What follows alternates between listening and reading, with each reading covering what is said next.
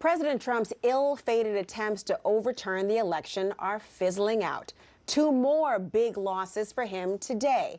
Michigan certifying its election results, formally giving Joe Biden the state's 16 electoral votes, and Pennsylvania's Supreme Court rejecting the Trump campaign's effort to block the counting of absentee ballots in Philadelphia and Allegheny counties, ruling that technical violations of the state's election code don't warrant the throwing out of thousands of votes.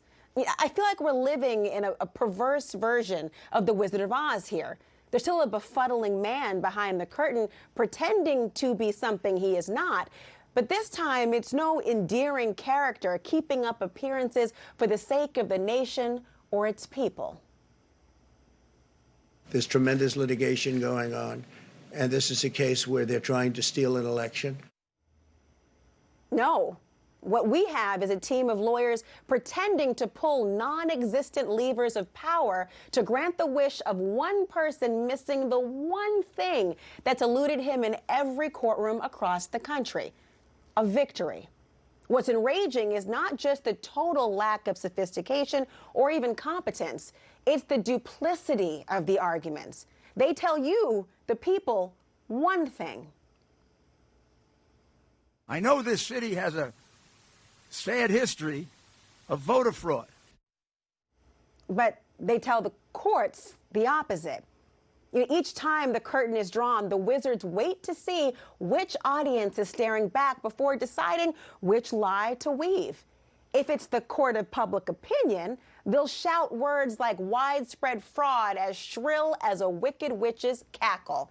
They'll fire off tweets and press releases hoping to steal your belief in the integrity of our elections and send democracy to hell in a dog's handbasket. And they hope that you will be lulled into a false sense of election insecurity in a poppy field of misinformation and promises of evidence that just never seems to come to pass.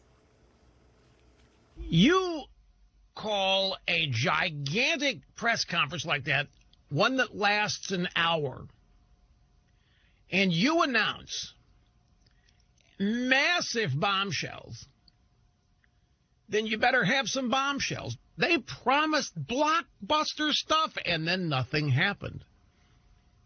And that's not, well, it's not good. Not good. It's a tornado of innuendo, baseless and unsubstantiated claims threatening to drop a house on democracy. But if it's the court of law that draws back the curtain and it's a judge who is the one asking the question, well, that's a horse of a different color.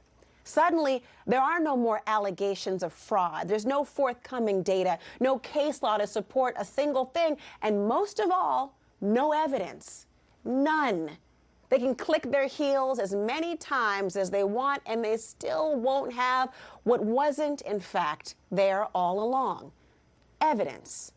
After all, what makes a bald assertion turn into fact? Evidence. What makes a frivolous lawsuit meritorious? Evidence. What makes a legal claim sound? Evidence. What makes an election overturn? Evidence. But what's the one thing they ain't got?